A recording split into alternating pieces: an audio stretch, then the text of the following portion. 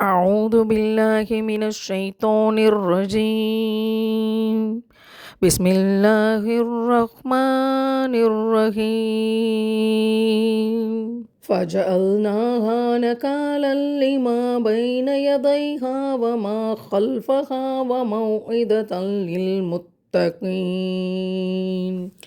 இன்னும் நாம் இதனை அக்காலத்தில் உள்ளவர்களுக்கும் அதற்கு பின் வரக்கூடியவர்களுக்கும் படிப்பினையாகவும் பயபக்தி உடையவர்களுக்கு நல்ல உபதேசமாகவும் ஆக்கினோம்.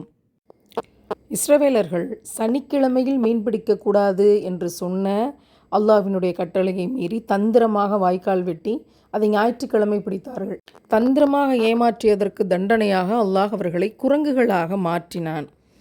இப்னு அப்பாஸ் ரலியல்லாஹு அன்ஹு அவர்கள் இந்த வசனம் குறித்து சொல்லும்போது, அந்த ஊரில் நாம் இறக்கிய தண்டனையை அதற்கு சுற்றியுள்ள மற்ற ஊர்களுக்கு படிப்பினையாக ஆக்கினோம்.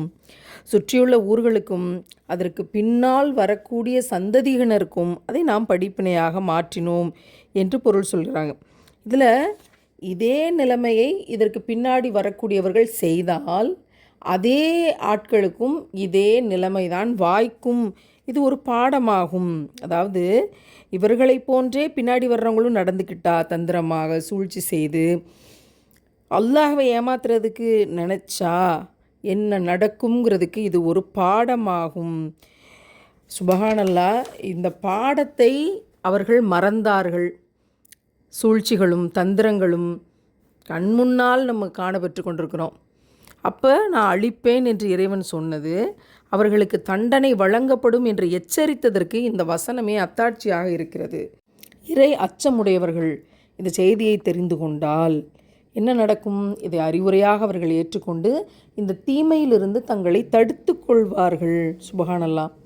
நாம் உயிரினும் மேலாக நேசிக்கும் முத்தம நபிகள் நாயகம் ஸல்லல்லாஹு அலைஹி வஸல்லம் அவர்களுடைய உம்மத்துக்கள் இறையச்சம் உடையவர்கள் இந்த தீமையிலிருந்து தங்களை தடுத்து கொள்வார்கள். சூழ்ச்சியா தந்திரமா மாற்றி மாற்றி பேசி அமானிதங்களை கைப்பற்றி பொய் சொல்லி ஏமாற்றி இப்படி எத்தனையோ விதங்களில் இன்றைக்கு நாடுகள் கொள்ளையடிக்கப்படுகின்றன, மக்கள் கொள்ளையடிக்கப்படுகிறார்கள், அல்லாஹ்வினுடைய கட்டளை மீறப்படுகிறது. அவர்கள் அத்தனை பேருக்குமான எச்சரிக்கை இந்த வசனம். என்னைக்கு நடக்குது? நடக்கும்போது பார்த்துக்கலாம். இவர்களெல்லாம் பொய் பேசி கொண்டிருக்கிறார்கள் என்று நம்மை பார்த்தவர்கள் ஏளனம் செய்வார்கள். நாங்கள் தான் வெற்றி பெற்றவர்கள் என்று கூட்டணி சேர்ந்து கொண்டு அறிவிப்பார்கள்.